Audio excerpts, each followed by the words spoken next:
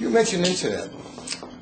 If you see something written on the internet, a guy wrote a book, it's on a talk show, doesn't mean he's an expert.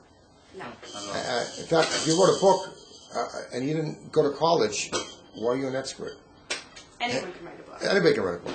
And if it sells, doesn't mean you're right. This means you went on a few talk shows and you sounded good.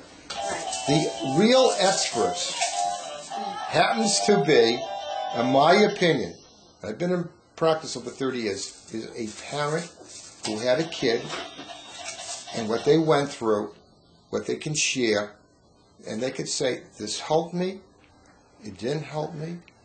They may not be scientific, but they're more of an expert than anybody. You live with it, you smell it, you taste it, you're better. Right. If a pediatrician had a kid with this kind of problem, he would be an expert. Just being a pediatrician makes you, I read the book on autism. I went to a lecture on autism. Right. You have to live with a kid. Unless you lived with a child with a disability in that particular area, whatever area is of interest to you. I personally don't believe that doctors and therapists are an expert. And me being on both sides of the fence, where I pretended that I was the expert, I guess, just being a speech pathologist, but now that I'm a parent of a child with special needs, now I know I'm the expert because I have to live with it 24/7, all the time, and I have to go to all the doctor's appointments and see all the therapists, and I know because you see it in every aspect of a child's life and in my own life. So in other words, the real expert has to have, I hate to say it, in the Personal family. Experience. Okay, you know, most of these charities that get started because someone had a son or daughter or father or mother with some disease, Right. died, got infected, they start a charity. I mean, it's therapy for them. Those are probably the most effective charities. Probably. Because they weren't starting a charity to get a $300,000 salary. They started a charity to help get the word out with a rare disease or get a kid treatment for a rare disease. That makes the most sense to me. And the difference is that they have their heart in it. There's more at stake. It's their own livelihood. Well, there's a football player around Boston. He's a guard at BC, Doug Flutie. He has a Doug Flutie charity. He had a kid that unfortunately has what we're talking about. His charity, I will guarantee you, is doing what it says. Because he has his name on it. He has a kid with it.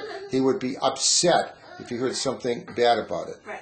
But there's some charities, we won't mention names, have very expensive dresses, raise a lot of money. They have jet rides to the walkathons, according to a guy named... Private jet rides. Private jet rides. I saw a video on YouTube from Christ School. He says he has autism a little bit himself. He's a little bit depressed now and then. We understand that. And he's a kid that was born autistic. And you reinforce it. It could run in families. Sure.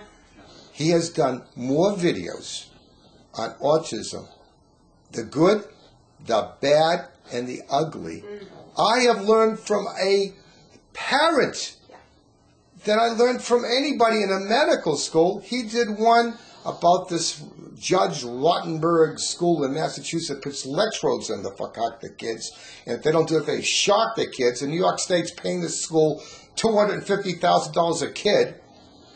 Excuse me, that's more money than a doctor makes in maybe 3 years, way it seems lately. And they do a shock therapy.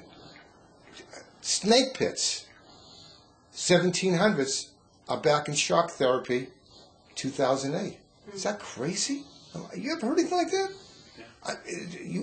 You ever heard that shock therapy, and now I'm talking a little zinger, a big zinger is going to control you with attention deficit disorder and autism? We're making these kids into the Pavlovian monkey of the future? Yeah, I saw some videotape on that, and I was... Please, if someone could add, this makes sense to me, shocking a kid. I mean, it's a crime, isn't it? Yeah.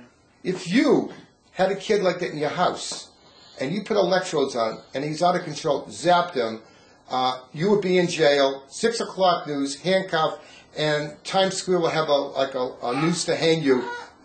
You're no good father. We know you're not that way. Right. At least as far as I know.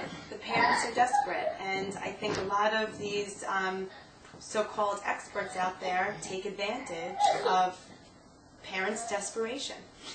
Would you ever consider using electrodes on your kid to get him controlled? You know, You might your husband, but not your kid. I understand that. Well, certainly, my child at this particular moment in time doesn't present himself to be, that off the wall yet, but he's only 18 months old. I can't say for sure because, again, if a parent is so desperate and living with a child that is so off the wall, that is just totally like tearing their entire lives apart, you would almost believe anything and do anything. And if some people swear that this works, I could see parents turning around and saying, okay, let's try it, I'll do anything.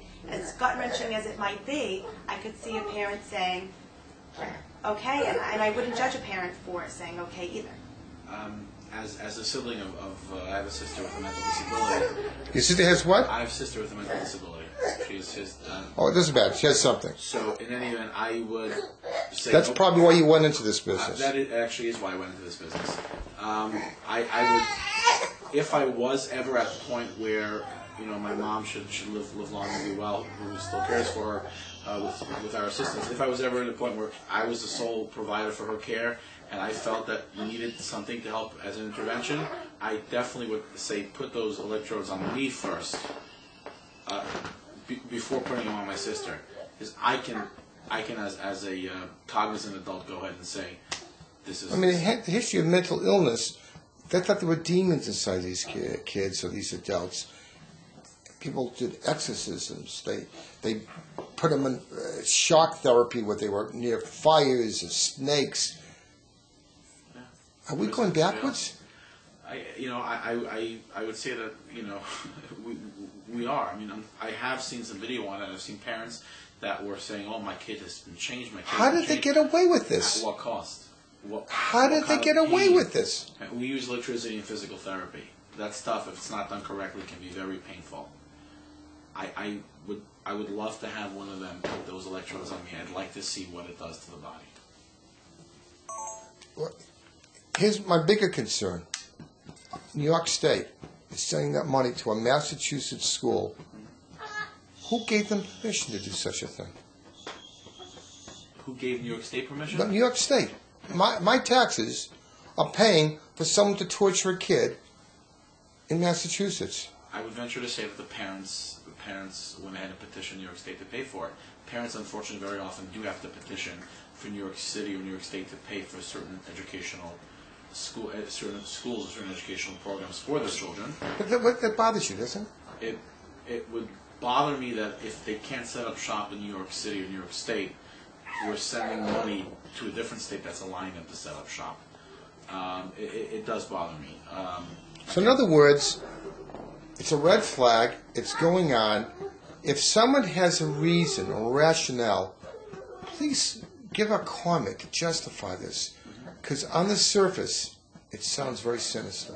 It does. It sounds like, it sounds like the borders on the abusive. I, for one, again, I welcome anybody from that school to come up to New York and slap those electrodes on me. And, if I feel that it's really just a reminder as opposed to something more intense, I'll change my opinion. But from what I saw in this video on TV, it really seemed like it was quite intense.